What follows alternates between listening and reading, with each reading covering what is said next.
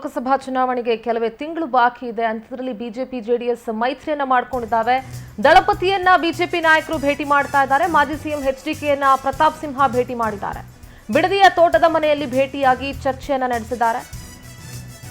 ಇಂದು ಬೆಳಿಗ್ಗೆ ಭೇಟಿ ಮಾಡಿ ಉಭಯ ನಾಯಕರು ಕೂಡ ಚರ್ಚೆಯನ್ನ ನಡೆಸಿದ್ರು. ಲೋಕಸಭೆ ಎಲೆಕ್ಷನ್ನಲ್ಲಿ ಸಹಕಾರ ನೀಡುವುದಕ್ಕೆ ಮನವಿಯನ್ನ ಮಾಡಿಕೊಂಡಿದ್ದಾರೆ. ಸಹೋದರ ವಿಕ್ರಮ್ ಸಿಂಹ ಪರ ಮಾತಾಡಿದ್ದಕ್ಕೆ ಧನ್ಯವಾದವನ್ನ ತಿಳಿಸಿದ್ದಾರೆ.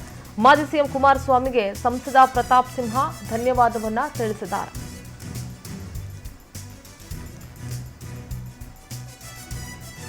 ಮುಂಬರುವಂತಹ ಲೋಕಸಭಾ ಚುನಾವಣೆಯಲ್ಲಿ ತಮ್ಮ ಸಹಕಾರ ಇರಲಿ ಅಂತ ಮನವಿ ಮಾಡಿಕೊಂಡಿದ್ದಾರೆ.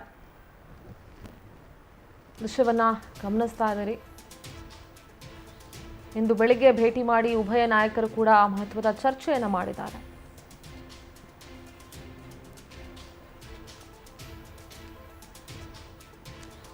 ಈಗ ಆಲ್ರೆಡಿ ಲೋಕಸಭಾ ಚುನಾವಣೆ ಬಿಜೆಪಿ ಹಾಗೆ ಜೆಡಿಎಸ್ ಮೈತ್ರಿಯಲ್ಲಿ ಹೋಗೋದು ಅಂತ ಆಗಿದೆ. ಸೊ ಸಿಟಿ ರವಿ ಅವರು ಕೂಡ ಕುಮಾರಸ್ವಾಮಿ ಅವರನ್ನ ಭೇಟಿ ಮಾಡಿ ಚರ್ಚೆಯನ್ನು ನಡೆಸಿದ್ದಾರೆ. ಒಂದು ಕಡೆ ಪ್ರತಾಪ್ ಸಿಂಹ ಅವರು ಕುಮಾರಸ್ವಾಮಿ ಅವರನ್ನ ಭೇಟಿ ಮಾಡಿ ಚರ್ಚೆಯನ್ನು ನಡೆಸಿದ್ದಾರೆ. ಮುಂಬರುವಂತಹ ಲೋಕಸಭಾ ಚುನಾವಣೆಯಲ್ಲಿ ತಮ್ಮ ಸಹಕಾರ ಇರಲಿ ಅಂತ ಮನವಿ ಮಾಡಿಕೊಂಡಿದ್ದಾರೆ.